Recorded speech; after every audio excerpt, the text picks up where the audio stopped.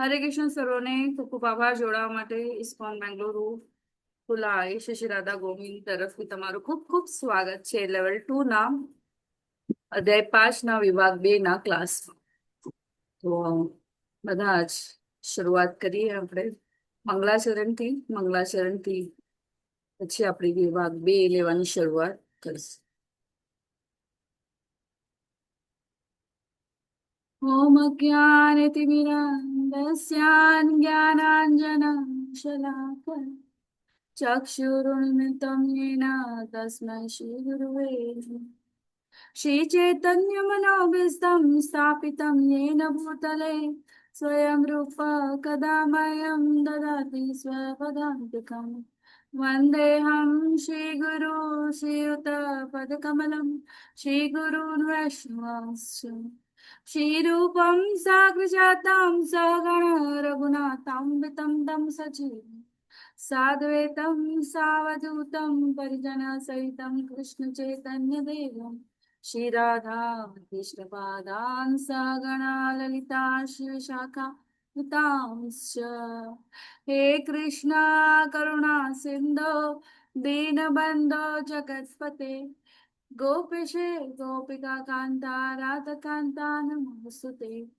तप्त कांचन गौरांगे श्री राधे वृंदावनेश्वरी वृषभानुसुते देवी प्रणमामि हरे प्रिये. वाञ्छाकल्पतरुभ्यश्च कृपा सिन्धुभ्य एव च पतितानां पावनेभ्यो वैष्णवेभ्यो नमो नमः. अनंत कोटि वैष्णव वृंद की जय. जय श्री कृष्ण चैतन्य प्रभु नित्यानंद श्री अद्वैत गदाधर शिवसादि गौर भक्तवृंद. जय श्री कृष्ण चैतन्य प्रभु नित्यानंद श्री अद्वैत गदाधर शिवसादि गौर भक्तवृंद. जय श्री कृष्ण चैतन्य प्रभु नित्यानंद श्री अद्वैत गदाधर शिवसादि गौर भक्तवृंद. બધા શરણાગત ભાવે હરે કૃષ્ણ हरे कृष्ण कृष्ण હરે कृष्ण हरे हरे હરે हरे રામ राम राम राम राम राम हरे हरे હરે કૃષ્ણ हरे સર્વને कृष्ण ખૂબ माता ખૂબ जी આભાર दंडवत જોડાવા માટે. प्रणाम।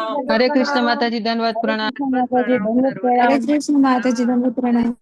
हरे कृष्ण माता जी दंडवत प्रणाम। હરે કૃષ્ણ સેવા માતાજી, ઉર્વી માતાજી, હરે કૃષ્ણ. મને જેના વિડીયો ઓન દેખાઈ રહ્યા છે બધાને જોઈ શકું છું અહીંયા. બિરજુ માતાજી હરે કૃષ્ણ. हरे कृष्ण माता जी। હરે કૃષ્ણ. हरे कृष्ण माता जी। હરે કૃષ્ણ માતાજી, હરે કૃષ્ણ. તો શરૂઆત કરીએ. હું જોવા માંગુ છું બધાને. બધાના વિડીયો ઓફ હોય એટલે મને ખબર જ ના પડે કે ક્યાં હતા કાલે. विभाग प्रणाम। ચલી રહ્યા હું. તો બધાને વિનંતી છે કે હરે કૃષ્ણ ધાર્મી માતાજી. हरे कृष्ण माता जी दंडवत प्रणाम। So, હું જોઈ શકું બધાને. ઘણા ઓછા જણના વિડીયો ઓન હોય છે. ઓકે, શરૂ કરીએ આપણે. તો મને જાણવું હતું કે તમને સમજાયું કાલનો અધ્યાય બધાને સમજાયું? સમજ પડી? કોઈને કઈ ડાઉટ હોય? મને એવું લાગ્યું કે આપણે જે ચર્ચા કરી રહ્યા છે એમાં આપણે થોડું ઘણું જે ચર્ચામાં હરે કૃષ્ણ માતાજી. મારો અવાજ આવી રહ્યો છે ને બધાને ક્લિયર? કોઈ हाँ બેકગ્રાઉન્ડમાં माताजी તમને ડિસ્ટર્બન્સ? કારણ કે વરસાદ બહુ છે અહીંયા મુંબઈમાં. આવે છે આવાજ બરોબર। આવી રહ્યો છે ને ડિસ્ટર્બન્સ? એટલા માટે ખાસ. તો એ જ્યારે આપણે શરૂઆત કરી, આજે આપણે 5મા અધ્યાયની બીજો વિભાગ લઈ રહ્યા છે, પણ મને પણ એવું લાગ્યું કાલે આપણે જે રીતના મોહ, શોક, દુઃખ, ભય એની ચર્ચા કરી એવી રીતના આપણને માયાવાદ અને આપણે વૈષ્ણવ જે આપણે ફોલો કરી રહ્યા છીએ, ને કૃષ્ણ પૂર્ણ પુરુષોત્તમ પરમેશ્વર છે. તો એનું થોડો ઘણો ડિફરન્સ આપણને ખબર છે. આપણે લેવલ 1માં ઉપર જોયું, બરાબર ને? એમનો ભગવાન વિશેનો અભિપ્રાય શું છે? આજની આપણે બધાએ ચાર યુગો આપણને ખબર છે: સતયુગ, ત્રેતાયુગ, દ્વાપર યુગ અને કલયુગ. ને કળિયુગમાં શું કરવું આપણા માટે સરળ ને સહજ છે? ભગવાનનું નામ જપ અને સંકીર્તન. અને એ પણ સાથે સાથે એસોસિએશન. એકલા નથી કરી શકતા, બરાબર ને? કારણ કે એકલા કરવું બહુ મુશ્કેલ છે, માયા બહુ પ્રબળ છે, મન આપણું ચંચળ છે. તો મનને કંટ્રોલમાં રાખવું તો કેવી રીતના રાખવું? આ ભક્તોનો સંગ દ્વારા. અને એ જ કૃષ્ણ ભાવના યુક્ત કર્મ, એટલે કે ભક્તોનો સંગ સાથે, સહકીર્તન સાથે. તો એને સમજવું. જે રીતના આપણે કાલે ચર્ચા કરી એમાં મેં કીધું કે આપણે લાઈટને એક માધ્યમ તરીકે ભગવાનને કે ને યોગા, મેડિટેશન કરવું અને ઇટ ઇઝ ડિફિકલ્ટ એકલા કરવું. ત્યાં આપણે સંન્યાસીની એક સિદ્ધિ યોગીની અને આપણે એક્ઝામ્પલ લીધું, બરાબર? એ એક્ઝામ્પલમાં આપણે જોયું કે પર્વતમાં જઈને મેડિટેશન કરવું, પણ એ સ્વ સિદ્ધિ, પોતાના માટે. હે ને? અહીંયા આપણે શું કરી રહ્યા છે? આપણે બધા સાથે મળીને શું કરી રહ્યા છે? ભગવાનનું નામનું જપ. તો આ ડિફરન્સ સમજવું ખૂબ જરૂરી છે કે શા માટે ભગવાન પૂર્ણ પુરુષોત્તમ, ષડૈશ્વર્યથી પરિપૂર્ણ, આપણે ભગવાનના અંશ છે. તો આપણે જીવ શું, જીવનું અંતિમ ગંતવ્ય શું? તો આને સમજવું જરૂર છે. નિરાકાર, ભગવાન પોતે કહે છે કે હું આવું છું, પ્રગટ થાઉં છું, બરાબર ને? ભગવદ્ ગીતામાં ભગવાને પોતે કીધું છે. પણ ઘણા લોકોની એ ફિલોસોફી છે શું કે ભગવાન શું છે? નિરાકાર બ્રહ્મ છે. પણ આપણે એઝ પર શીલા પ્રભુપાદના આચાર્યોના અને ભગવાને આપેલા જ્ઞાન પ્રમાણે શું છે?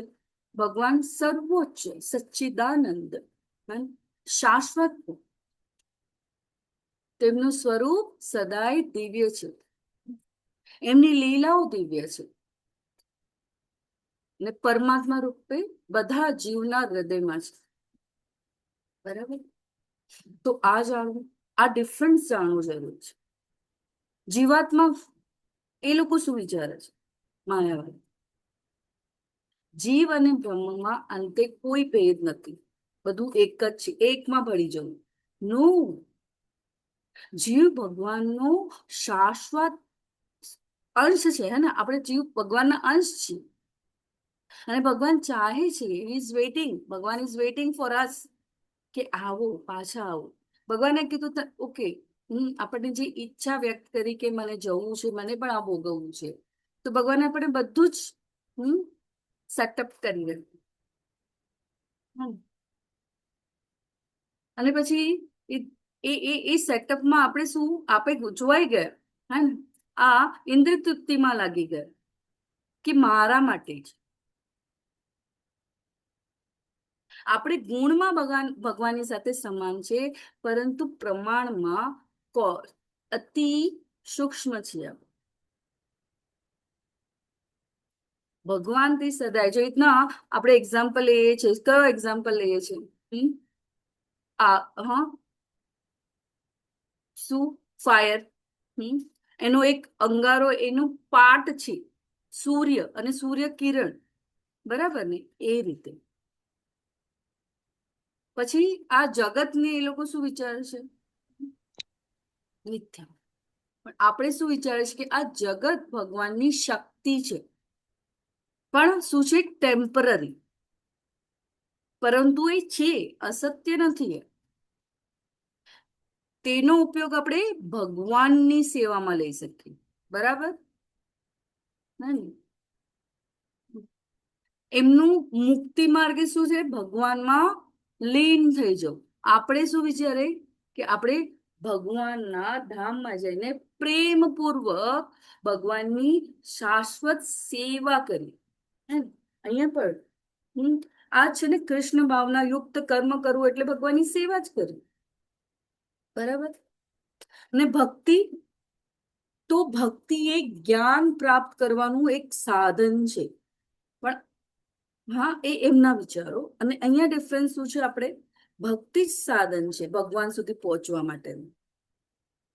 હમ? અને ભગવાનનો પ્રેમ સર્વોચ્ચ છે. ભગવાનની સેવા એ આપણા માટે એ એક જીવનો એ સ્વભાવ ભગવાનની સેવામાં રહેવો. તો આ જરૂરી છે, આને સમજવું. હમ? જીવાત્મા ક્યારે પણ ભગવાનની સમાન હોય ના સર્વશક્તિમાન પૂર્ણ પુરુષોત્તમ પરમેશ્વર. હા, આપણે જોયું ક્વોલિટી વાઇઝ ક્યારેક ક્યારેક કોઈનામાં એવા ગુણ હોય છે કે ઐશ્વર્ય હોય છે, પણ ષડ ઐશ્વર્ય એ ફક્ત ને ફક્ત ભગવાન. અને આપણા જીવનનું ફક્ત ને ફક્ત એક લક્ષ્ય પ્રેમ અને ભક્તિ, એ સર્વોચ્ચ ધ્યેય સેવા ભાવ હે ને એ કલ્ટિવેટ કરવું. આ જ છે ભગવદ્ ગીતામાં શિલા પ્રભુપાદના તાત્પર્ય પ્રમાણે ભગવાનના વ્યક્તિત્વને શાશ્વત સ્વરૂપને શું કરવા આવે છે? નકારવામાં આવે છે માયાવાદી દ્વારા. ના, એ લોકો ફક્ત એ લાઈટ છે, આ બ્રહ્માંડ છે. અને આપણે જોયું કે બ્રહ્મ, પરમાત્મા અને ભગવાન વચ્ચેનો ડિફરન્સ આપણે જોયું, બરાબર છે? તો બ્રહ્મ એટલે કે ભગવાનની આભા, ભગવાનનું જે તેજોમય પ્રકાશ છે. જ્યારે આપણે ટ્રેનની એક્ઝામ્પલ લીધું કે જેને જેવી રીતના સમજવું, જેને જેટલું ભગવાનની સમીપ ગયા એ પ્રમાણે ભગવાનના શ્યામ સુંદર સ્વરૂપને જોઈશું. એના માટે કેવી રીતના? તો પોસિબિલિટી છે ભગવાનની ભક્તિ દ્વારા. આ ટ્રેનનું ઉદાહરણ યાદ છે બધાને, હે ને? બ્રહ્મ, પરમાત્મા અને ભગવાન. તો એ રીતે તો જે એ ખાલી ભગવાનની આભાને જ એમ લાગે છે કે સાચું માની રહી છે, તો એવા ઘણા ઘણા ઘણા જન્મો પછી એમને જ્ઞાન આવે અને પછી ભગવાનની ભક્તિ સેવામાં લાગે. તો આ ખૂબ જરૂરી છે આને સમજવું. એટલે કાલે આપણે જે ડિફરન્શિએટ જોયા, એમાં મને એવું લાગ્યું કે થોડું ડિટેલમાં આપણે એને હમણાં સમજી લઈએ તો આગળનો જે આપણે વિભાગ 2 લઈશું તો એ આપણા માટે ઈઝી થઈ જાય. તો શરૂઆત કરીએ.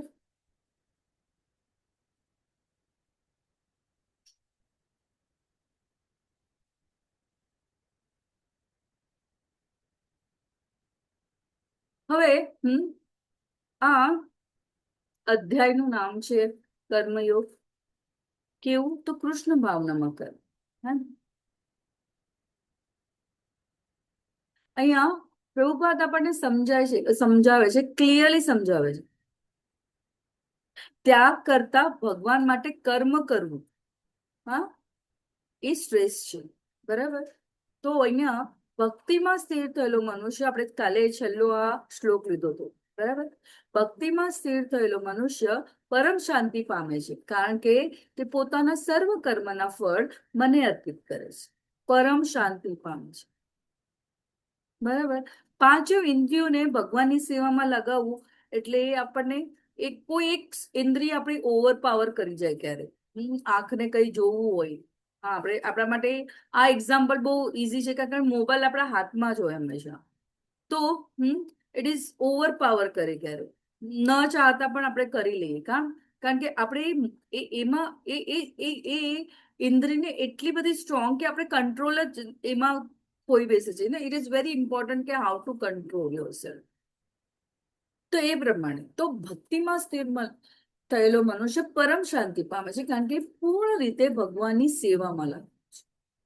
તો સેવા એટલે કેવી? સેવા એટલે શું કરી શકીએ આપણે? શું કરીએ આપણે સેવામાં? શું આવે? તમને પ્રશ્ન પૂછું છું. હરે કૃષ્ણ. હરે કૃષ્ણ માતાજી. ભગવાનની ભક્તિ કરવાનું માતાજી. તો ભક્તિ કેવી રીતના આપણે કરીએ? ભક્તિ કરવી એટલે શું કરવું? હરે કૃષ્ણ. સીમા માતાજી, હેન્ડ રેઝ છે તમારું. માતાજી દંડવત પ્રણામ. તો ભક્તિ આપણે જાપ દ્વારા કરી શકીએ, સત્સંગ દ્વારા કરી શકીએ. અને શું કરી શકીએ? ભક્તિ એટલે શું? તમે શું કીધું માતાજી? આપણે ભક્તિ જાપ દ્વારા કરી શકીએ, સત્સંગ જપ દ્વારા કરી દ્વારા, શકીએ. હા. પછી અને વિવેચન મતલબ આપણે આચાર્યોને કઈ બી આપણા મૂંઝવણ પ્રશ્ન પૂછીને આપણે એક જાતની ભક્તિ સત્સંગ કરી શકીએ. સત્સંગ કરીને, ભગવાનને યાદ કરીને, બરાબર. બીજું, પૂરું દિવસનું આપણું શું સ્કેડ્યુલ હોય? શું હોય? ભગવાનની ભક્તિ કરવી, જપ કરવી, બરાબર છે, પણ શું કરવું? જોબ ને જોબ કે ધંધો કે જે કાંઈ કરતા હોય એમાં વચ્ચે બધું ભગવાનને સમર્પિત કરવાનું, કે જેથી કરીને કોઈ બી હોય ઈ ભગવાનને સમર્પિત કરેલું હોય તો એના માટે આપણને કોઈ પણ પ્રકારનો દોષ કે એવું ન લાગે અને ભગવાન ભાવનાયુક્ત કર્મ થાય એવું. બરાબર છે. એટલે ભોગ આપણું જો મેન આપણે શું કરીએ સવારના? ભગવાનને સેન્ટરમાં રાખીને મતલબ ભોગ કે કઈ રસોઈ બનાવી છે, હમ. હરે કૃષ્ણ માતાજી. મતલબ આપણું ઇસ્કોનમાં શેડ્યુલ છે એવી રીતે કે સવારે મંગળા આરતી, પછી નામ જપ 5 થી 7, પછી આપણો ભાગવતમનો ક્લાસ છે 9 વાગ્યા સુધી એ હોય. અને પછી આપણે કહેવાય ને જે કંઈ બી આપણે પોતાનું કહેવાય ને પર્સનલી જે પણ આપણે બુક્સ રીડિંગ કરીએ કે જે કંઈ બી સેવા કરે, પછી ભોગ લગાડવાનું. એવી રીતે બપોરે પછી જે કંઈ બી ક્લાસ હોય અટેન્ડ કરવાના, રાતે બી પછી ભોગ લગાડવાનું. અને રાતે બી પછી કહેવાય ને આપણે જે 8 PM નો અત્યારે ક્લાસ છે તેવી રીતે ક્લાસ ને જે કંઈ બી કથા કીર્તન કે જે બી આપણે કરીએ છીએ કરવાનું. માતાજી હરે કૃષ્ણ. હરે કૃષ્ણ, ખૂબ ખૂબ આભાર. તો આ છે આપણું, હે ને? તો આ ભક્તિમાં સ્થિત થયેલો મનુષ્ય પરમ શાંતિ પામે છે. કેમ પામે છે? કે એણે પોતાની ઇન્દ્રિયોને ભગવાનની સેવામાં લાવ્યું છે. હવે હું જોબ જાઉં તો હું જોબમાં પણ એ જ્યારે પહેલા ને હમણાં જવાનામાં પર્સપેક્ટિવમાં મારા વિચારધારામાં પરિવર્તન આવ્યું કે આ હું જોબ કરી રહી છું કોના માટે? કોની પ્રસન્નતા માટે? ભગવાનની પ્રસન્નતા માટે. તો આપોઆપ એ કર્મ શું થાય? અકર્મ. એ કોઈ કર્મફળથી આપણને બાંધતું નથી. જે પણ કરો એ ભગવાન માટે, અને કર્મફળ એટલે કે પોતાનું કર્તવ્ય કર્મ. એક એવું નથી કે ફક્ત ભોગ બનાવીને નહીં, એક માતા તરીકેની આપણી કોઈ જવાબદારી છે, એક વિદ્યાર્થી તરીકેની જે જવાબદારી છે. જે પણ આપણે કર્મ કરીએ છીએ એ કોની પ્રસન્નતા માટે? ભગવાન. તો તમે જુઓ, આપોઆપ આપણા રિલેશનશીપ, આપણા સંબંધો છે બધાની સાથેના, એ શું થવા લાગે? શું થવા લાગે? ઇઝી. બરાબર? એ ઇઝી થવા માંડે ને, કારણ કે આપણે એને શાના સાથે જોડી રહ્યા છે? ભગવાન.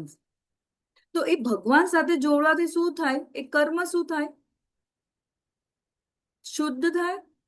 આપોઆપ શુદ્ધ થાય. મનમાં શુદ્ધતા આવે ને, કારણ કે એ આપણે ભગવાનની પ્રસન્નતા માટે કરશું. તો ભગવાનની પ્રસન્નતા માટે આપણે શું કરીએ? તો આ છે કે ભક્તિમાં સ્થિર મનુષ્ય પરમ શાંતિ પામે છે, કારણ કે એ ભગવાન સાથે જો સંબંધોમાં પણ આપોઆપ તમે પરિવર્તન જોવા માંડશો કે તમે જ્યારે એ સાથે બધી જવાબદારીઓ જે નિભાવી રહ્યા છો એમાં કૃષ્ણને ઇન્વોલ્વ કરશો. ને આપણે એ જાણવું જોઈએ કે આપણે કરતા નથી, એ થઈ રહ્યું છે, પણ આપણી જ્યારે એમ વિચારે છે કે હું કરું છું. જે મનુષ્ય ભગવાન સાથે સંલગ્ન હોતો નથી તથા જે પોતાના શ્રમના ફળનો લોભી છે, તે બંધ થઈ જાય છે, પાછું આવે છે. એને જન્મ મૃત્યુનું ચક્રવ્યૂહ ચાલુ જ છે. તો એમાંથી આપણે કેવી રીતના બહાર આવું? એ છે આ શ્લોકનો અર્થ. એ છે એટલે આપણને એને સમજવાનું છે, આ એસેન્સને પકડવાનું છે કે ભગવાન શું આપણને કહેવા માંગે છે ને સમજાવવા માંગે છે. બરાબર? તો હવે અહીંયા મૃગરાજાની બધાને દ્રષ્ટાંત ઉદાહરણ ખબર હશે, ખબર છે? આઈ હોપ બધાને લેવલ 1માં આપણે બધાએ જોયું છે, યાદ છે બધાને? હરે કૃષ્ણ. હા કોઈ માતાજી. કહી શકે? આને એક્સપ્લેન કરી શકે છે પોતાના શબ્દોમાં?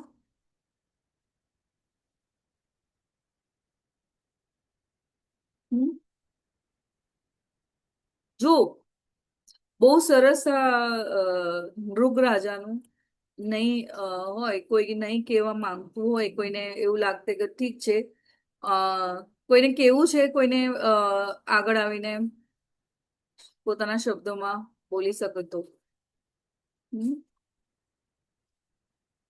અહીંયા જુઓ, ઠીક છે, નો આપણે શરૂઆત કરી છે. ચલો, હું બોલી દઉં છું. રાજા નૃપ ફળદાયી પ્રવૃત્તિ કરવાનો શોખ ધરાવે છે, બલિદાન અને દાન. ને શું ભૂલ કરે છે?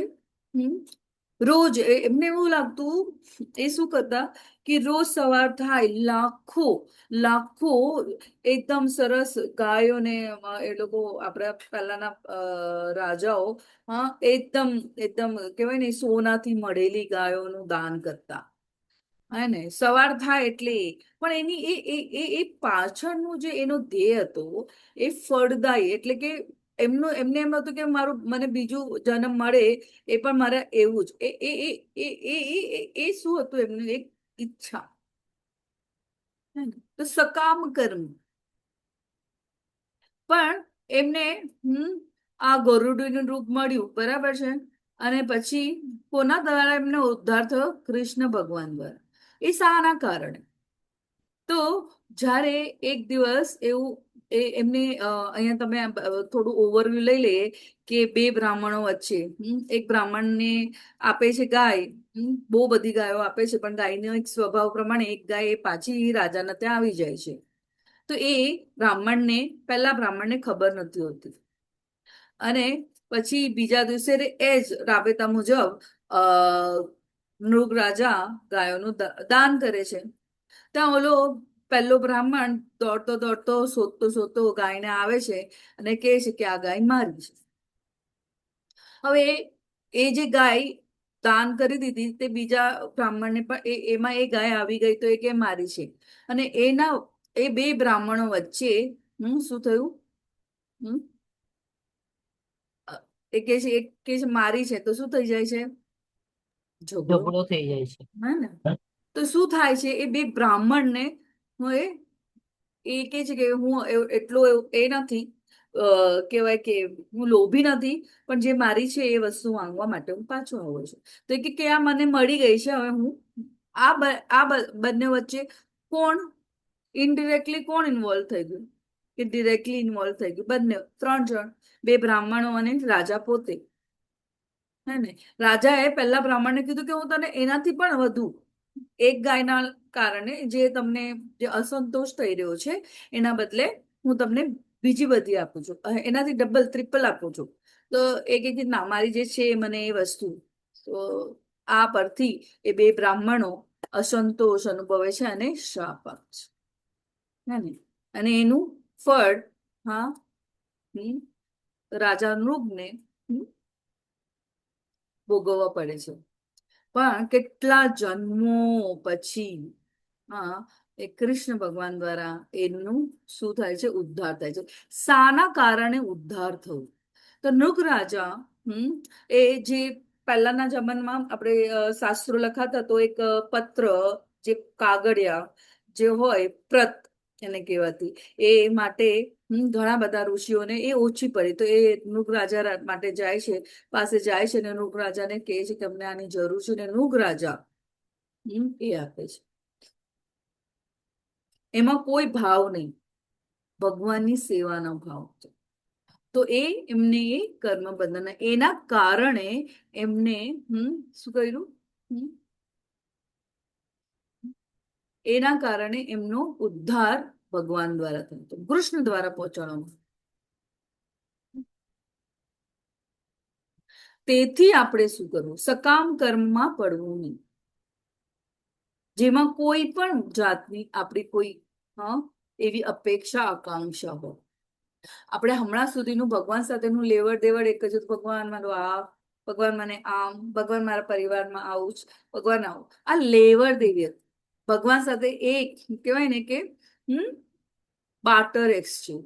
મંગળા આરતીમાં આપણે જઈએ, શાના માટે? તમે જુઓ કે મંગળા આરતી શા માટે સવારના 4:30 આપણે જઈએ છીએ? બ્રહ્મ મુહૂર્તમાં આપણા શીલા પ્રભુપાદે એક સ્ટાન્ડર્ડ આપણા માટે કે આપણે જોડાયેલા રહીએ, ભગવાનના માટે જોડાયેલા રહીએ. અને મંગળા આરતી બ્રહ્મ મુહૂર્ત. બ્રહ્મ મુહૂર્ત એટલે ભગવાન ફ્રી છે, બરાસ.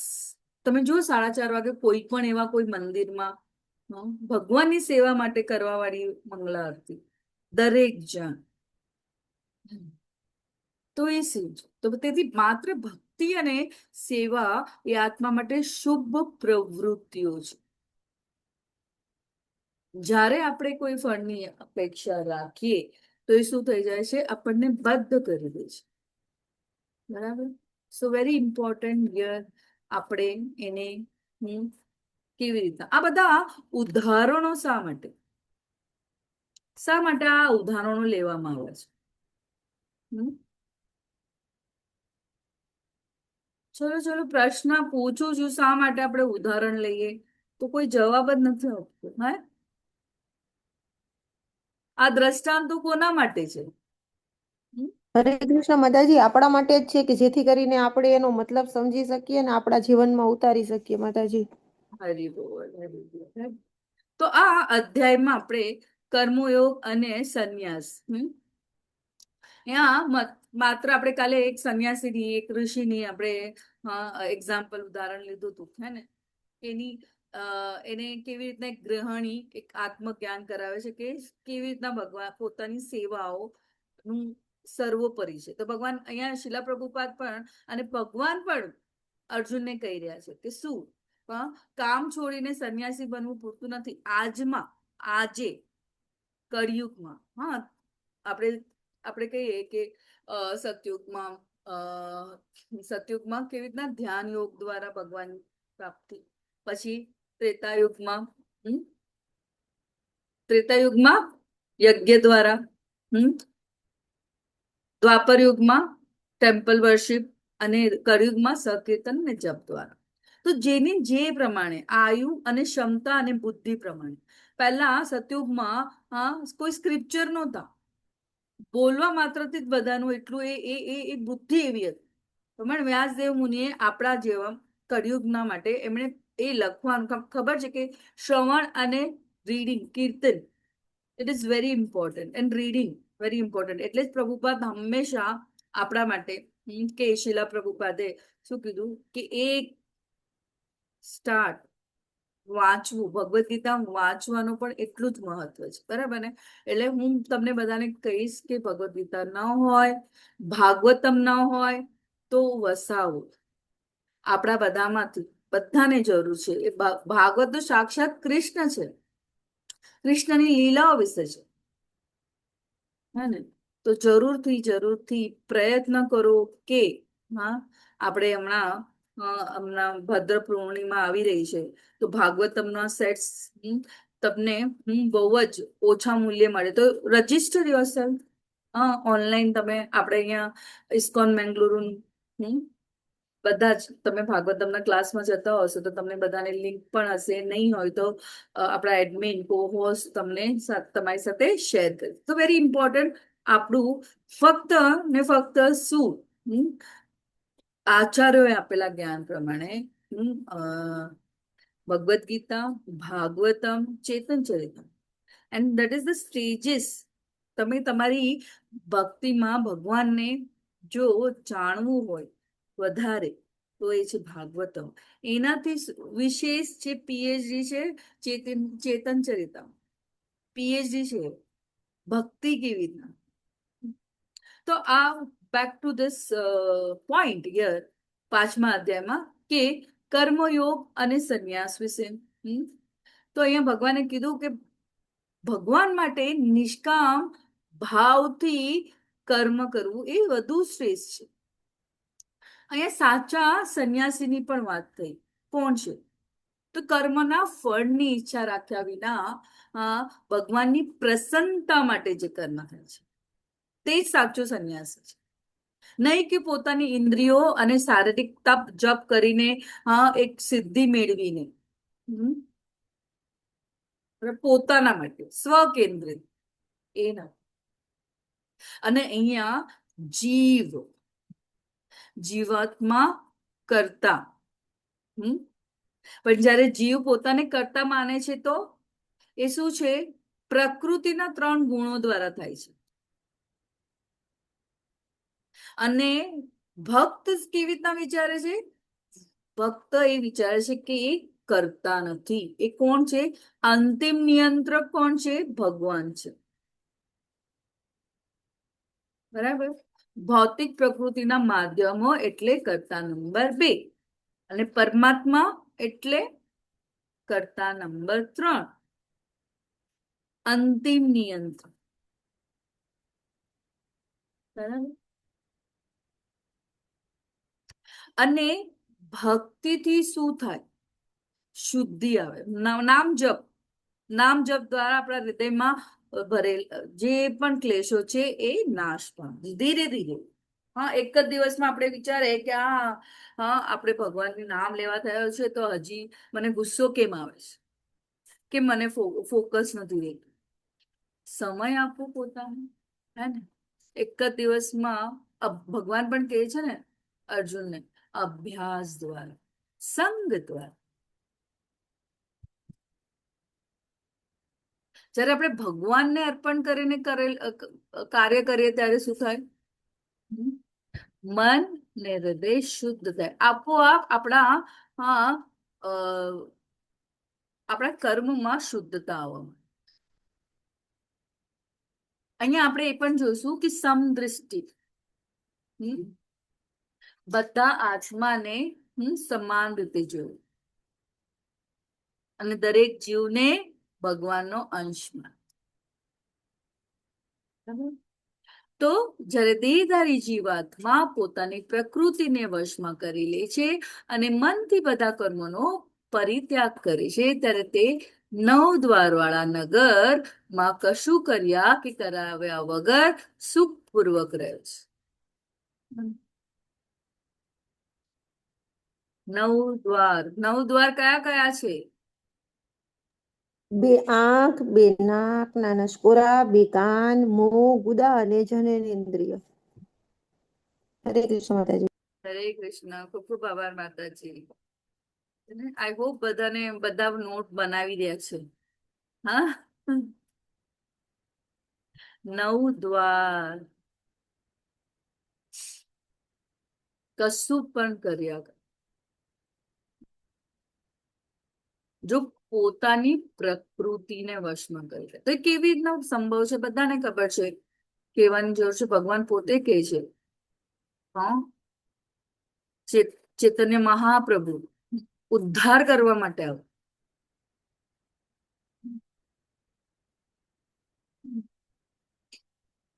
કે જપ અને સકીર્તન.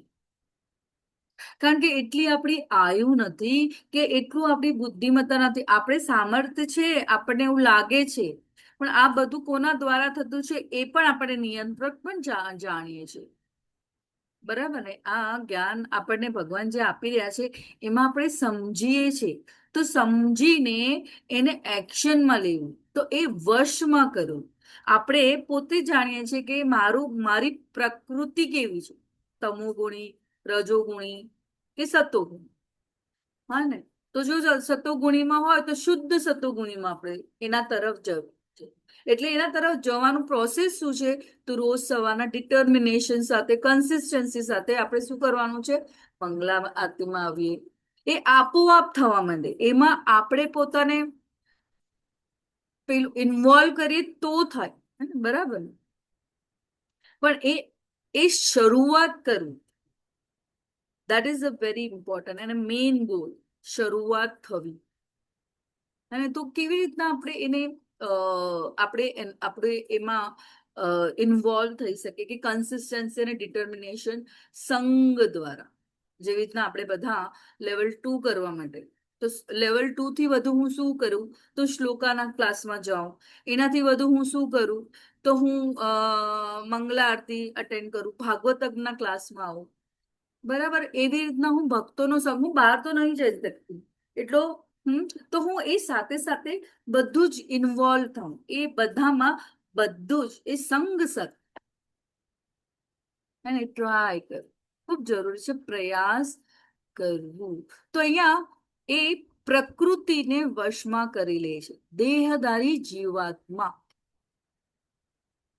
એટલે અહીંયા કોની વાત થઈ છે? દેહધારી કોણ છે? આપણે મનુષ્ય.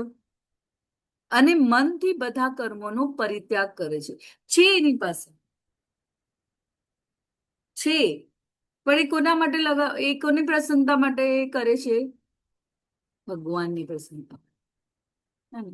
ભગવાન અહીંયા ત્યાગ કરવાનું કશું નથી કેતા, પણ એને ભગવાન આપણે લેપટોપ યુઝ કરવું, મોબાઈલ યુઝ કરવું, તો હવે બોલિવૂડ સોંગ સાંભળવા માટે યુઝ કરવું કે ભગવાનનું શ્રવણ કીર્તન કરવામાં, એ આપણું મનથી બધા કર્મોનો પરિત્યાગ કરવો, એ ધીરે ધીરે ધીરે એ પ્રોસેસમાં એને સમજાતું જાય કે મારા માટે શું જરૂરી છે. બરાબર? ત્યારે તે 9 દ્વાર વાળા નગર એ ભૌતિક શરીરમાં કશું કરાવ્યા વગર સુખપૂર્વક રહે છે. તો જ પોસિબલ છે કે આપણે એ ઇન્દ્રિયોને આંખથી જોવું. તો મારે અમરીશ મહારાજનું સૌથી બેસ્ટમાં બેસ્ટ એક્ઝામ્પલ આપણા માટે શું હશે?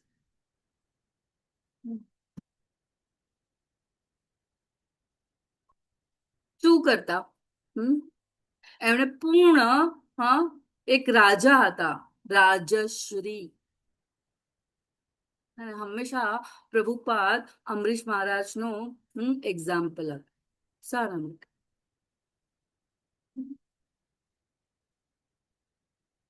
પોતાનું પોતાની રાજા તરીકેની એક કર્તવ્ય એમણે પૂર્ણ કરી, અને સાથે સાથે આધ્યાત્મિક રીતે પણ પોતે પણ અને પોતાના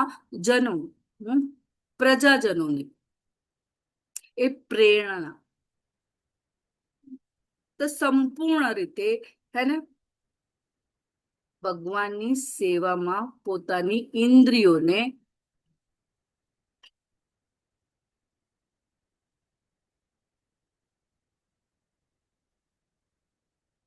તો 9 દ્વારમાં હવે મેં તો કાન દ્વારા,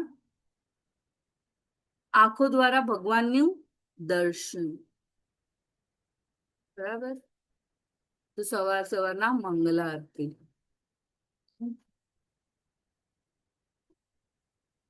બે કાન, બે નાસિકાનું શું કાર્ય હોય?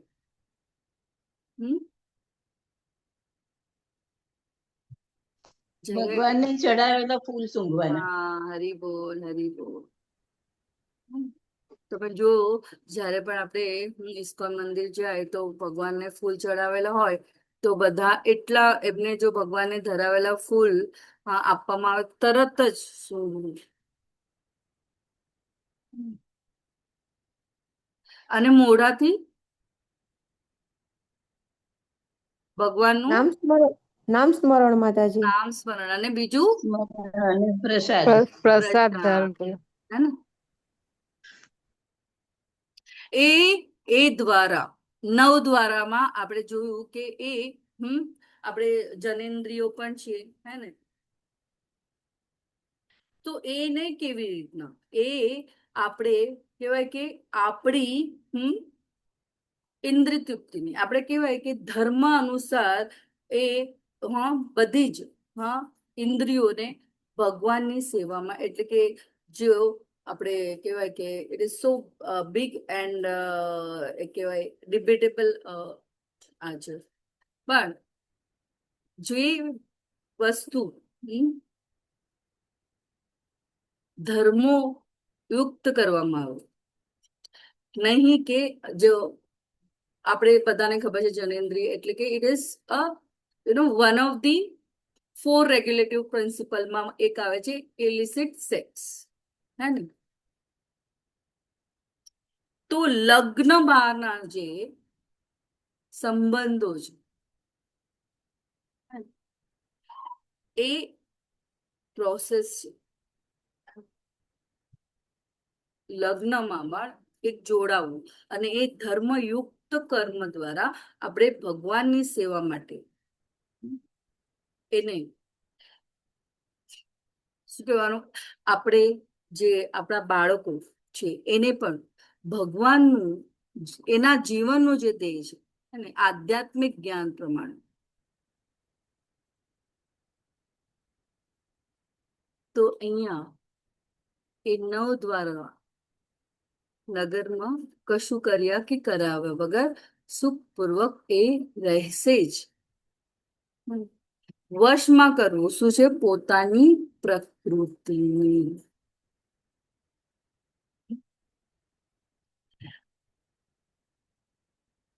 જ્ઞાની વ્યક્તિ જેનું સ્તર જ્ઞાન દ્વારા જ છે કે હા એ જ્ઞાન એને પ્રાપ્ત કરેલું છે, પણ એને એ શું વિચારે છે કે આત્મા સાચો કરતા નથી.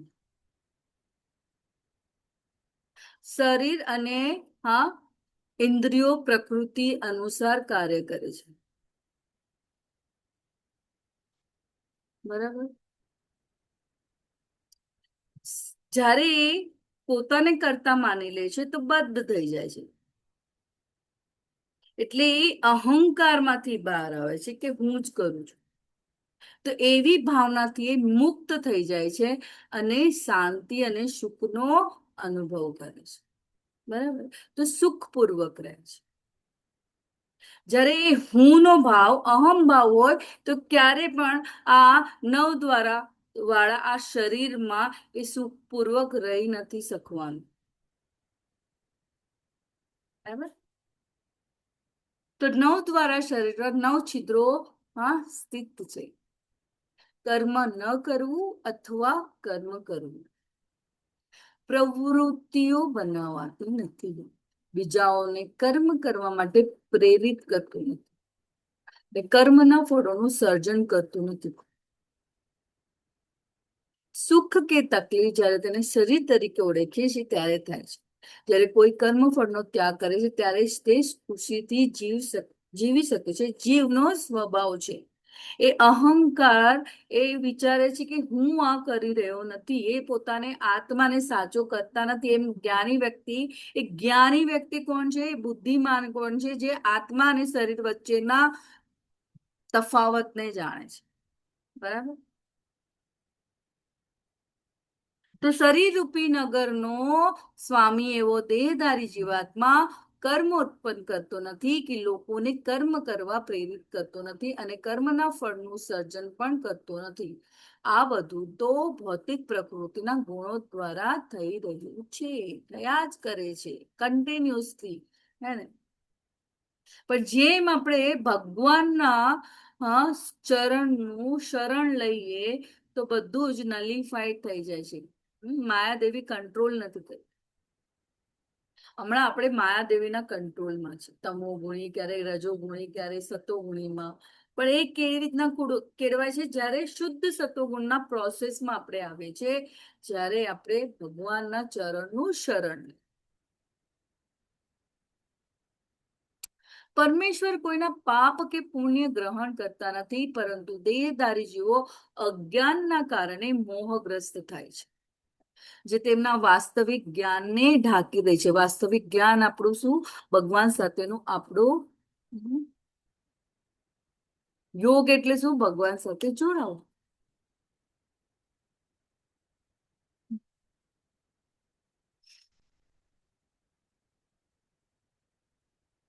ના દત્તે કશ્ચિત પાપમ ન ચેવ સુકૃતમ વિભુ એટલે પરમેશ્વર. અજ્ઞાને નાવૃત્તમ જ્ઞાનમ તેન મુહ્યંતિ જનઃ. તો પરમેશ્વર કોઈના પાપ કે પુણ્ય ગ્રહણ કરતા નથી. કેમ? ભગવાન સચ્ચિદાનંદ. પરંતુ દેહધારી જેવો અજ્ઞાનના કારણે તો મોહગ્રસ્ત થાય છે. અજ્ઞાનના કારણે હું કરું છું.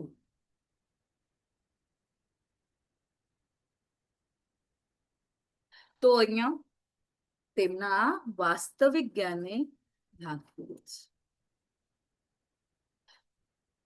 તો કરતા બે ભૌતિક પ્રકૃતિની ત્રિગુણી માયા. તેઓ બધું જ કરી રહ્યા છે, પરંતુ તેઓ ભગવાનની સૂચના પ્રમાણે. જેની જેવી મતિ એવી ગતિ. બરાબર ને? જેને જેવું કેળવ્યું એવી.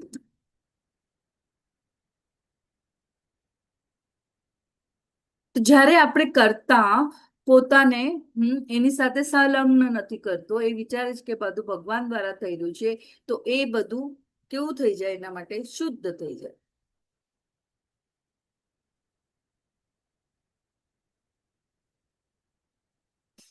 પરમાત્મા મંજૂરી આપી રહ્યા છે, પરંતુ અલિપ્ત છે. આપણે જોયું ને, ઝાડમાં બે પક્ષી છે ને એક કર્મફળ ને એક કર્મને જોઈ રહ્યા છે. જેવી રીતના આપણે એક્ઝામ્પલ લીધું કે માતા પિતાને ખબર છે કે બાળક માટે ચોકલેટ ખાવું હાનિકારક છે, હે ને, બરાબર. જેવી રીતના ભગવાનને પણ ખબર હતી કે આપણે અહીંયા આવશું તો આપણે આપણા માટે અહીંયા આવું કર્મ બંધનમાં બદ્ધ થઈ જશું. પણ જેવી રીતના જીદ્દ કરે છે ને બાળક, મને ખાવું જ છે, મને ખાવું જ છે, હા, તો ઓકે, ઠીક છે, એનું પરિણામ જાણે છે. માતા પિતાને ખબર છે, આપણને ખબર છે, બધાને, હે ને, ભગવાનને પણ ખબર છે. પણ આપણને એક ફ્રી વિલ છે. ભગવાન 18મા અધ્યાયમાં અર્જુનને પણ કહે છે, મેં જ્ઞાન આપ્યું, હવે તારા ઉપર છે કે તારે શું કરવું છે, હે ને. તો અહીંયા ભગવાન કોઈની પવિત્ર અથવા અપવિત્ર પ્રવૃત્તિઓની જવાબદારી લેતા નથી. તો આપણને એવું લાગે કે કેટલું બધું ખરાબ થઈ રહ્યું છે આજુબાજુમાં, હે ને, બરાબર. પણ એ કર્મ એને પોતાના માટે એ ઈચ્છાઓ, બરાબર. ભગવાને આપણને અલિપ્ત રહે છે. ભગવાન આત્મા ઈચ્છે છે, ભગવાન તેની ઈચ્છામાં દખલ કરતા નથી. ભગવાન, હે ને, એટલે આપણે ઈચ્છા વ્યક્ત કરી એટલે આપણે અહીંયા છીએ, પણ ભગવાને પૂરું આપણે સેટઅપ કર્યું. અને ભગવાન જીવની લાયકાત પ્રમાણે આ ઈચ્છાઓ પૂરી કરવાની મંજૂરી આપે છે. અને પછી પ્રકૃતિના 3 ગુણો દ્વારા તે પૂરી કરવામાં આવે છે, as per there need, as per there એના ગુણો પ્રમાણે. અહીંયા જ્ઞાન સત્વગુણ છે. સત્વગુણમાંથી શુદ્ધ સત્વગુણમાં જવું એટલે કે ભગવાનની સેવામાં લાવ.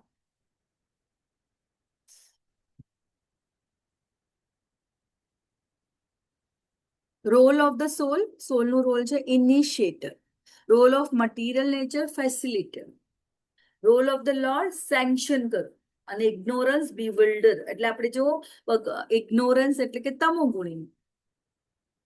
તો આત્માની ભૂમિકા છે પ્રારંભ કરતા, ઇનિશિએટર. ભૌતિક પ્રકૃતિની ભૂમિકા છે સુવિધા કરતા, બરાબર છે, વેરી નાઇસ. અને પ્રભુની ભૂમિકા છે મંજૂરી આપે છે. ઓકે, આપણે એક પેરેન્ટ તરીકે હા પાડી, હા ઠીક છે, ચલ ચોકલેટ ખાવે છે, ખા. એ અજ્ઞાનતા કરવા, હે ને, એને અજ્ઞાન નથી. એ બીજા દિવસે બીમાર પડશે ત્યારે એને માતા પિતા કહેશે, જોયું તો ચોકલેટ ખાધી ને.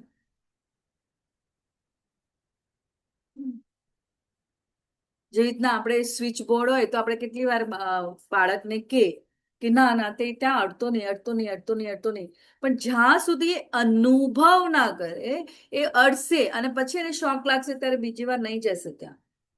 આપણને અનુભવ છે એટલા માટે આપણે ના પાડી રહ્યા છે, પણ તો એ જશે. એ અજ્ઞાનતા, ઇગ્નોરન્સ. પણ જ્યારે આપણને કોઈ ગુરુનું આશ્રય મળે, કૃપા મળે, તેથી આપણે એ જ્ઞાનમાં પ્રવૃત્ત થઈએ.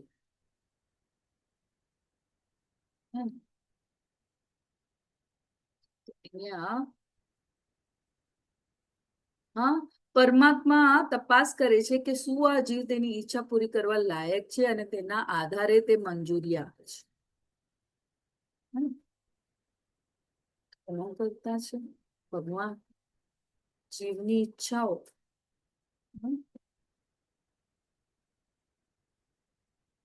પરમાત્માનો હુકમ મંજૂરી પ્રાપ્ત કર્યા પછી ભૌતિક પ્રકૃતિના 3 ગુણો સતો રજો તમો દ્વારા જીવની ઈચ્છાઓ પૂરી કરે છે. સમજાયું આ બધાને? સમજાય છે? ઈઝી છે? હા, ઓકે, તો આગળ વધીએ. તો આત્મા અને પરમાત્માની તુલના. આત્મા કેવો છે? શાશ્વત. પરમાત્મા પણ શાશ્વત. આત્માનો સ્વભાવ કેવો છે? હા આનંદી, પરંતુ માયા દ્વારા આવરી લેવામાં આવે છે ત્યારે સહન કરે છે. હા. અહીંયા આપણે જોયું ને સાક્ષી તરીકે પરમાત્મા જોઈ રહ્યા છે ને આપણે કર્મનું ફળ કાપી રહ્યા છે. આપણે એને એન્જોય કરસ ઇન્દ્રિય તૃપ્તિમાં લાગી રહ્યા છે. That is what. અને આનંદી અને માયાની ઉપર સચ્ચિદાનંદ, તેના શરીરના જાણવા ક્ષેત્ર, બધા શરીરોનું સંજ્ઞાન ક્ષેત્રજ્ઞ 13મા અધ્યાય. અણુ, પરમાણુ, વિભુ અને સર્વજ્ઞ. ઈચ્છા કરવા માટે થોડી સ્વતંત્રતા છે, પણ ઈચ્છા પૂરી કરવા માટે પૂર્ણ રીતે ભગવાન પર નિર્ભર છે ને સંપૂર્ણ સ્વતંત્રતા. જેવું બાળક ને એના માતા ઉપર નિર્ભર છે પણ જીદ પણ કરે છે તો છોડી દે છે, ભગવાન પણ આપણને છોડી દે છે. સાક્ષી તરીકે એકવાર એ મારી સામે જોશે, એકવાર એ મારી સામે જોશે. આત્માની પર આ છે. તો અહીંયા જ્ઞાને તું તદ જ્ઞાનમ યેષા નાશિતમાત્મનમ તેષામ આદિત્યમ જ્ઞાનમ પ્રકાશયતિ તત્પરમ. પરંતુ જ્યારે કોઈ મનુષ્ય અવિધાને નષ્ટ કરનારા જ્ઞાનથી પ્રબુદ્ધ થાય છે, અવિદ્યા, હા, ત્યારે જેવી રીતે દિવસે સૂર્ય દ્વારા બધું પ્રકાશિત થાય છે તેવી રીતે તેના એ જ્ઞાનથી બધું જ પ્રગટ થઈ જાય છે. આપણે પણ અહીંયા પ્રહલાદ મહારાજ શાના માટે આવી કઠોર તપસ્યા આટલું નાનું બાળક કરે છે? પોતાના પિતાના પ્રેમ અને બીજું એનાથી પણ વધુ સામ્રાજ્ય મળે. સોરી, ધ્રુવ મહારાજ. અને જેમ ભગવાન, અને પછી ભગવાનના દર્શન થાય છે તો કે છે શા માટે હું આ કાચના ટુકડાઓ માટે, આ મોટું આટલી સાક્ષાત ભગવાન ડાયમંડ હીરો મારી સમક્ષ છે અને હું આ ક્ષણભંગુર ટેમ્પરરી વસ્તુઓ માટે આ તપશ્ચર્યા. ભગવાને તો મને સાક્ષાત દર્શન આપ્યું અને ભગવાન કહે છે માં અંતરે શું જોયું છે. પછી ભગવાન અને ધ્રુવ લોક આપે છે. તો જ્ઞાનથી બધું જ પ્રગટ થઈ જાય છે. તો અહીંયા પરમાત્મા પર ધ્યાન કેન્દ્રિત કરીને મુક્તિ, જે જ્ઞાનમાં પરમાત્મા પર પોતાની ચેતનાને નિષ્ઠાપૂર્વક કેન્દ્રિત કરે છે અને ભૌતિક રીતે સંભાવિત રહે છે, નજીકના ભવિષ્યમાં મુક્તિ પ્રાપ્ત કરે છે. આ જ્ઞાન કૃષ્ણ ભાવના યુક્ત કર્મ કરે. તો ચેતનાને આપણે શું કરવાનું છે? આ ક્લેશોથી બહાર કાઢવાનું છે. તો નિષ્ઠાપૂર્વક કેન્દ્રિત કરે છે. તો જપ, તો એ જપથી આપણે શું થાય છે? આ પ્રોસેસમાં આવે છે અને નજીકના ભવિષ્યમાં મુક્તિ પ્રાપ્ત કરે છે. બરાબર? કોઈ રીડ કરશે? હા, સીમા માતાજી. હરે કૃષ્ણ. હરે કૃષ્ણ માતાજી.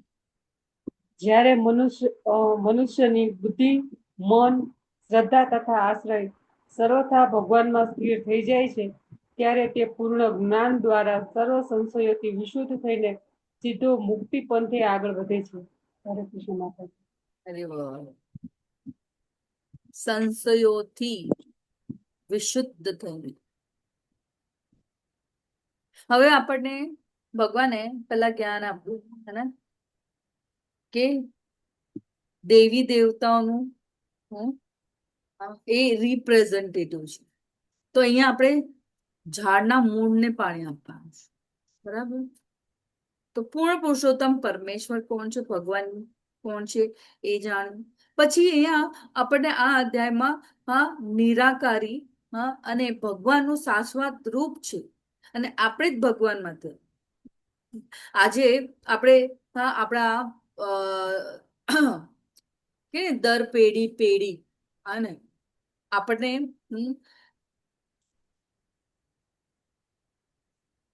પુત્ર પૌત્ર, પછી દાદા પરદાદા, એ રીતે આવીને પેઢી દર પેઢી. તો આપણા પૂર્વજો કોણ? આજની તારીખમાં આપણે જે જ્ઞાન જે ભૌતિક પ્લેટફોર્મમાં જે શાળાઓમાં શીખવાડવામાં આવે છે, કેવા હતા આપણા પૂર્વજો? પણ આપણે ઋષિ મુનિઓ કશ્ય આપણે કઈ ગોત્ર કયું, હે ને?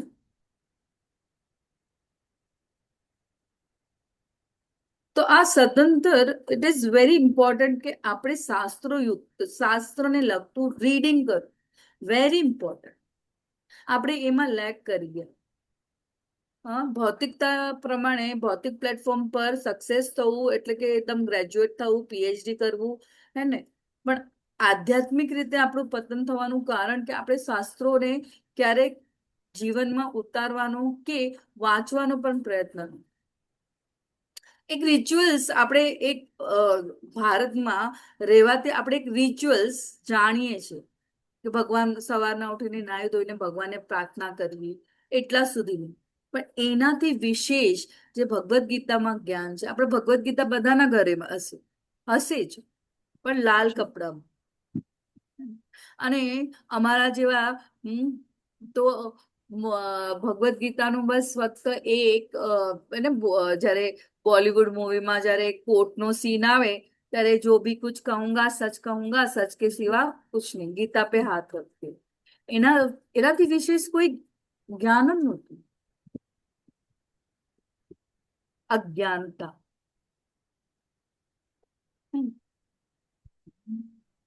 તદબુદ્ધય એટલે જેમની બુદ્ધિ ભગવાનની પર સ્થિર થઈ ગઈ છે.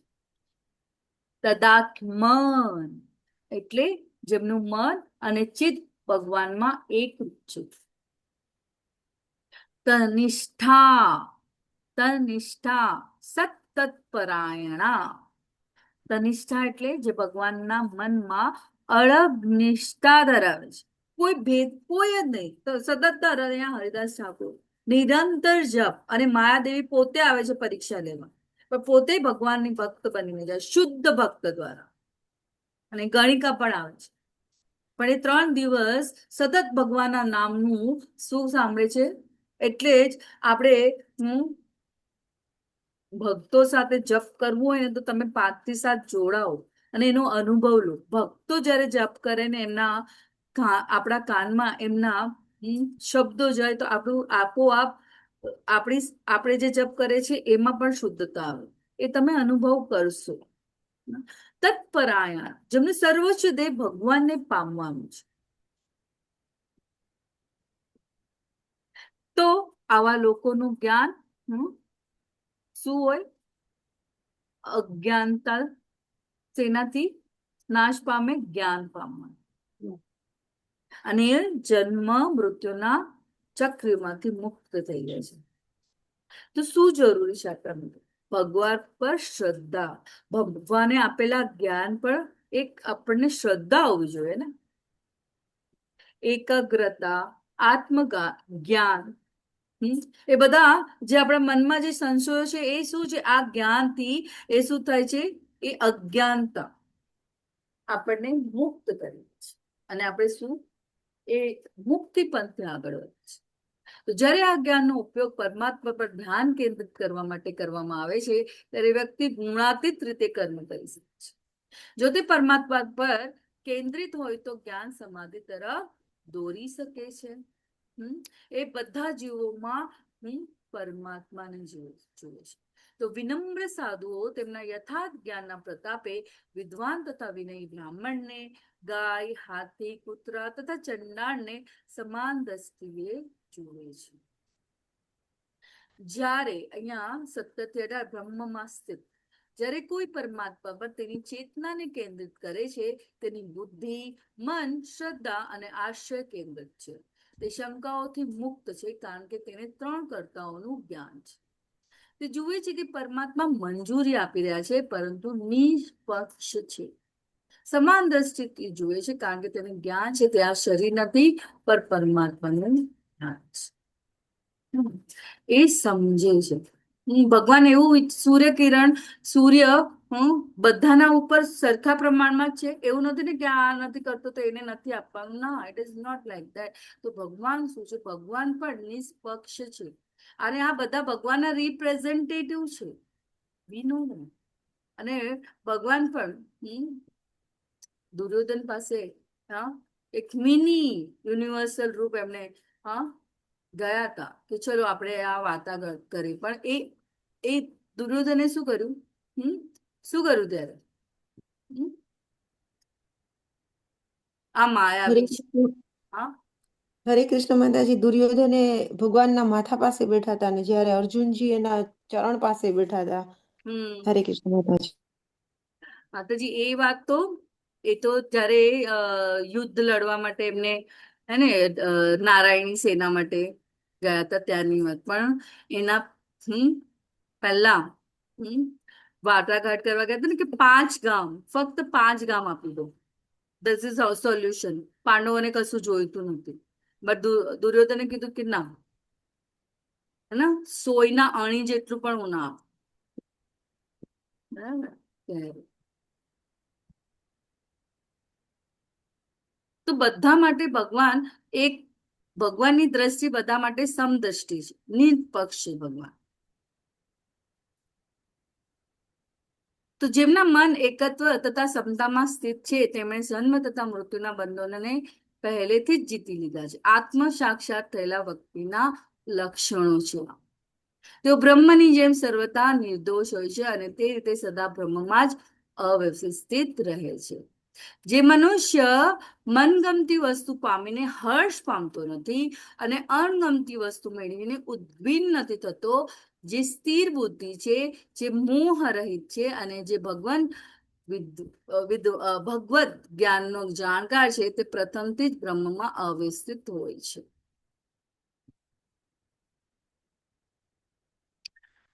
આવો જીવન મુક્ત પુરુષ ભૌતિક ઇન્દ્રિય સુખ પ્રતિ આકૃષ્ટ થતો નથી. આપણે જોઈ શકીએ છીએ આ ચિત્ર દ્વારા ગણિકા અને હરિદાસ ઠાકોર સતત ભગવાનનું નામ જપ, પોતાની અંદર જ આનંદનો અનુભવ કરે છે. એ રીતે આત્મ સાક્ષાત્કાર પામેલો પુરુષ પરબ્રહ્મમાં એકાગ્ર હોવાને કારણે અનંત સુખ ભોગવે છે. અનંત સુખ એટલે બુદ્ધિશાળી મનુષ્ય ભૌતિક ઇન્દ્રિયોના સંસર્ગથી ઉત્પન્ન થનારો સુખ ઉપભોગમાં રસ લેતો નથી, કારણ કે દુઃખના મૂળ કારણરૂપ બની રહે છે. અને એ સુખ ઉપભોગ આપણે જે ઇન્દ્રિય તૃપ્તિ, એ કોંતે આવા સુખોનો આદિ તથા અંત હોય છે. તેથી સુજ્ઞ મનુષ્ય તેમાં આનંદ લેતો નથી. ષણભુગુર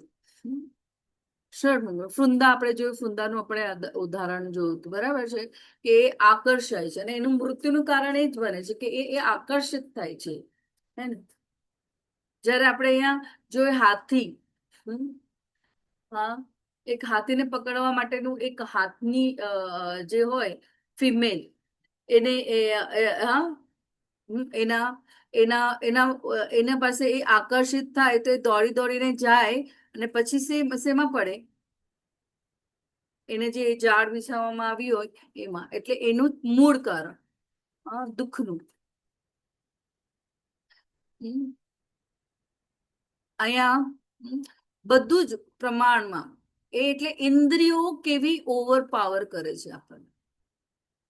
માછલી પાણીમાં રહે છે, પાણીની અંદર બહુ બધું ખાવાનું છે, પણ જેમ આપણે ઉપરથી કઈ નાખીએ તો એ એના તરફ શું થાય છે? આકર્ષિત થાય છે. બધું જ છે, બટ એવી જ રીતના આપણી પાસે પણ વી આર ઓલ્સો, આ બધા ઉદાહરણો આપણા માટે કે એ જ સુખ ઉપભોગમાં જયારે આપણે એમાં લાગી જઈએ છીએ તો દુઃખનું મૂળ કારણ બને છે. અને એનું એ ક્ષણભુગર છે, આદિ તથા અંત હોય છે. જે રીતના બોલિવૂડ મૂવી આપણે જોવા જઈએ 3 કલાક ખૂબ આનંદ આવે, એના પછી ચલો હોટલમાં જઈને ખાઈએ, એના પછી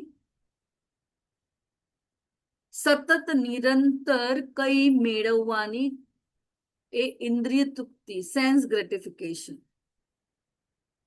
પણ એ જ વસ્તુમાં સુયજ્ઞ જે જ્ઞાનથી અર્ચિત છે, એ મનુષ્ય તેમાં આનંદ લેતો નથી.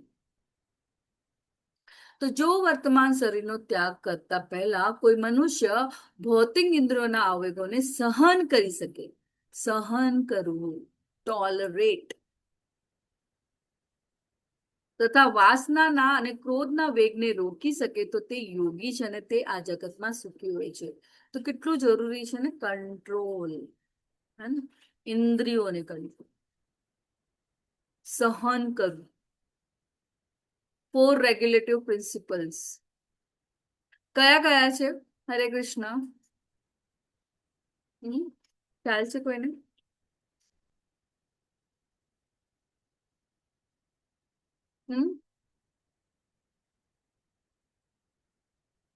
એક તો મેં કીધો, અગર ક્લાસ સાંભળ્યો હોય, કોઈનો હાથ ઉપર છે? ના માતાજી, બોલો નથી.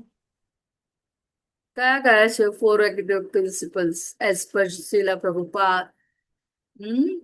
હરે કૃષ્ણ માતાજી. હરે કૃષ્ણ. માંસાહાર ન કરવો, એની અંદર ડુંગળી લસણ પણ આવી જાય.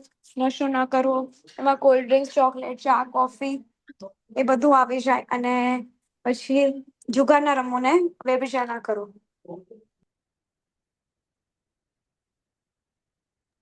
બધાએ લખી લીધા 4 રેગ્યુલેટિવ પ્રિન્સિપલ્સ? માંસાહાર ન કરવો અને કૃષ્ણને અર્પણ કરેલું પ્રસાદ, ભોગ પ્રસાદ તરીકે ગ્રહણ કરવું, બરાબર. નશો ન કરવો,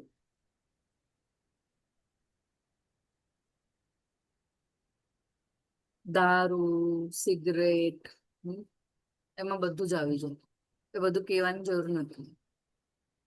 એકચ્યુઅલી ચા અને કોફી પણ, હા, કે ને કે મને ચા, ઇટ ઇઝ નોટ જજમેન્ટલ. અહીંયા જે બધા, that is a one of the essence, one of the point. એમાં પણ કેફીન હોવાના કારણે we avoid. બીજું, અનૈતિક જાતિ સંબંધ ન રાખ, નો ઇલિસિટ સેક્સ, લગ્ન બહારના અથવા શાસ્ત્ર વિરુદ્ધ જાતીય સંબંધોથી દૂર રહેવું. શીલા પ્રભુપાદના જે તાત્પર્યો પ્રમાણે, ઉપદેશ પ્રમાણે દાંપત્ય જીવનમાં પણ સંયમ રાખ, હા, અને એને મુખ્યત્વે શેમાં? સંતાન ઉત્પત્તિ માટે જ રાખ. એ that is what એ હું હમણાં કઈ રીતે શાસ્ત્રોયુક્ત આ શીલા પ્રભુપાદ દ્વારા. ને બીજું છે જુગાર ન રમવો, જુગાર ન રમવો. તો સટ્ટો, જુગારમાં આવી ગયું સટ્ટો, બેટિંગ બધા કરે ને. લોભ, કારણ કે એનાથી લોભ થાય, અસત્ય, અને એ શું વધારે આપણી માનસિક અશાંતિ, તમને સ્ટ્રેસ જો બધું જ આ બધું છે ને, બધું સ્ટ્રેસ રિલેટેડ છે. આ બધું આપણને જુઓ, હા, નશો ન કરવા માટે પણ પૈસો તો ભેગો કરવો પડે ને. તો તમે પૈસા લઈને એ ઇન્દ્રિય તૃપ્તિ કરવા માટે જોવું. એક અનૈતિક જાતે સંબંધ કરવા માટે પણ you have to have that lot of money to survive, to give, કોઈને આપવાનું. જુગાર માટે પણ તમને એક પૈસા, ઇટ ઇઝ નીડેડ, રાઈટ? તો અતિશય હોય તો ક્યાં વાપરવું? તો લોકો આવી રીતના વાપરે. પણ ભગવાનની ભક્તિ માટે શું આ બધાની જરૂર છે? આટલી સર્વાઈવલ મોડમાં આપણને જરૂર છે. ભગવાને આપણને બેઝિક વસ્તુ આપી છે. શીલા પ્રભુપાદે કીધું કે જો જીવન સુખરૂપ જીવવું હોય, મનુષ્ય આધ્યાત્મિક રીતે જીવન જીવવું હોય તો ગાય રાખવી અને જમીન, જે બધું જ આપણી રોજનું જીવન માટે પૂરતું છે, હે ને? આપણે કે પહેલાના લોકો કેટલા સુખી હતા, પણ એ લોકો એ જાણતા હતા. અને તમે જુઓ 5 વાગે 6 વાગે એક ચોતરામાં બેસીને એ લોકો ભગવાનનું નામ લેતા. દરેક ખેતરમાં પણ ખેતી કરતા કરતા એ બધા લોકગીતો ભગવાનના માટે છે, ભજનો ભગવાન માટેના હતા. જાણતા, જ્ઞાન નહોતું ત્યારે, પણ ભૌતિક રીતે એ લોકો સંપન્ન હતા, પણ આધ્યાત્મિક રીતે એ લોકો સંપન્ન હતા.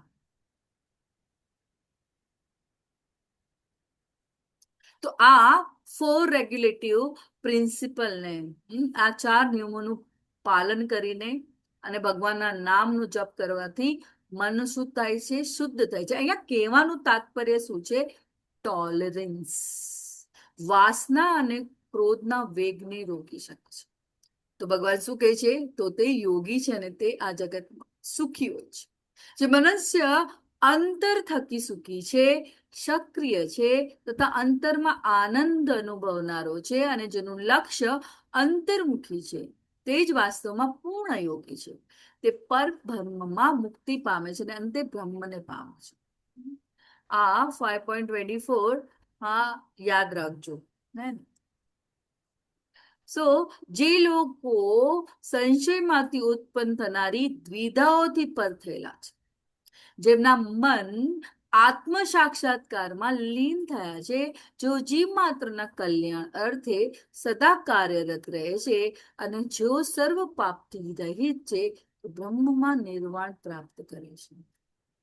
આ તમે જોઈ શકો છો બધા ભગવાનના અવતાર.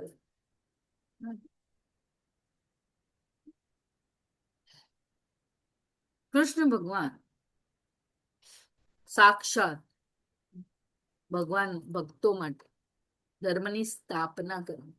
પણ આ બધી ભગવાનની આ લીલાઓ છે. અને ચૈતન્ય મહાપ્રભુ ભક્તિ કેવી રીતના કરે, એક બદ્ધ જીવ ભગવાનના શરણે કેવી રીતના છે. જગાઈ મગાઈ, જ્યારે જગાઈ મગાઈ મદાઈનું શું થયું?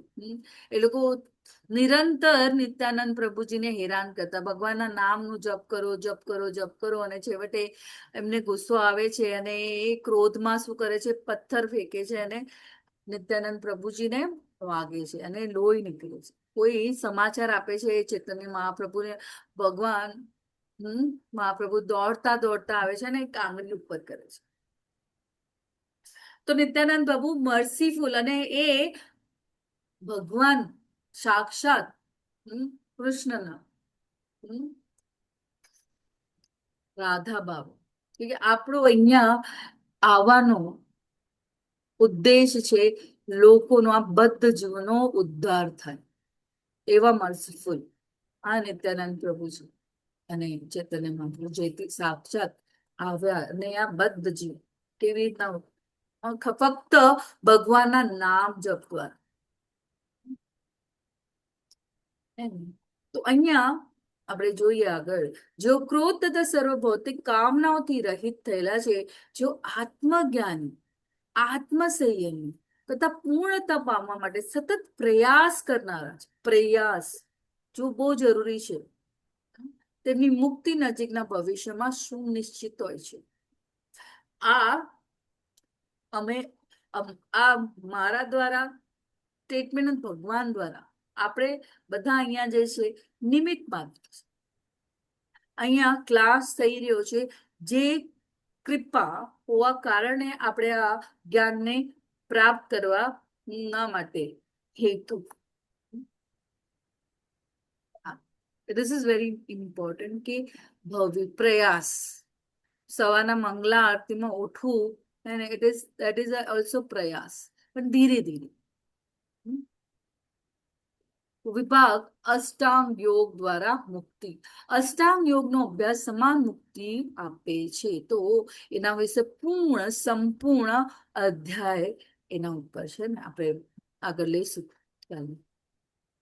તો સર્વ બાહ્ય ઇન્દ્રિય વિષયોને બહાર કરીને દ્રષ્ટિને બે બ્રહ્માંડની વચ્ચે કેન્દ્રિત કરીને શ્વાસ તથા ઉશ્વાસને નસકોરાની અંદર રોકીને અને એ રીતે મન બુદ્ધિ તથા ઇન્દ્રિયોને વશમાં રાખીને મોક્ષ પ્રતિ લક્ષ્ય રાખનાર યોગી ઈચ્છા ભય તથા ક્રોધથી રહિત થઈ જાય છે. આ વ્યવસ્થામાં સતત રહેનારો યોગી નિસંદેહ મુક્ત હોય છે. ભગવાન અહીંયા શું કહી રહ્યા છે? સર્વ બાહ્ય ઇન્દ્રિય વિષયોને બહાર કરીને દ્રષ્ટિને બે બ્રહ્માંડની વચ્ચે કેન્દ્રિત કરીને. તો આપણે લેવલ 1 માં આ અધ્યાય લીધો હતો. તો અહીંયા 27-28 માં ભગવાન હવે કેવી રીતના 2 માર્ગ કીધા હતા ભક્તિ દ્વારા. સારો છે એવું કીધું, સંન્યાસ પણ સારું છે, અને પણ ભગવાને કીધું કે સર્વશ્રેષ્ઠ શ્રેષ્ઠ કોણ છે? ભક્તિ યોગ. પણ અહીંયા એના પ્રશ્નના ઉત્તરનો જવાબ ભગવાન ધીરે ધીરે અહીંયા પણ આપી રહ્યા છે કે શું, કેવી રીતે. તો કૃષ્ણની સંપૂર્ણ ચેતનામાં રહેલી વ્યક્તિ ભૌતિક દુઃખની પીડાથી મુક્તિ મેળવે છે. પીસ ફોર્મ્યુલા એટલે મનને સમસ્ત યજ્ઞો તથા તપશ્ચર્યાનો પરમ ભોગતા એન્જોયર, સમસ્ત ગ્રહો તથા દેવોનો પરમેશ્વર તેમજ સમસ્ત જીવોનો હિત કરતા શુભેચ્છક મિત્ર ફ્રેન્ડ તરીકે જાણી મારી ભાવનામાં ઓતપ્રોત થયેલો મનુષ્ય સંસારના દુઃખોમાંથી શાંતિ પામે છે. એન્જોયર, કંટ્રોલર અને શુભેચ્છક મિત્ર જોઈ જાણી લે મારી ભાવનામાં ઓતપ્રોત થયેલો મનુષ્ય સંસારના દુઃખોમાંથી શાંતિ. તો આ સાથે આપણો આજનો અહીંયા અધ્યાય હે ને, તો આ બહુ ઇમ્પોર્ટન્ટ શ્લોકા છે. ભોક્તારામ યગ તપસામ સર્વલોક મહેશ્વરમ સૂર્યોદય સર્વભૂતાનામ ગાત્વા મા શાંતિ મુચ્યતિ. સંસારના દુઃખોમાંથી શાંતિ પામે છે.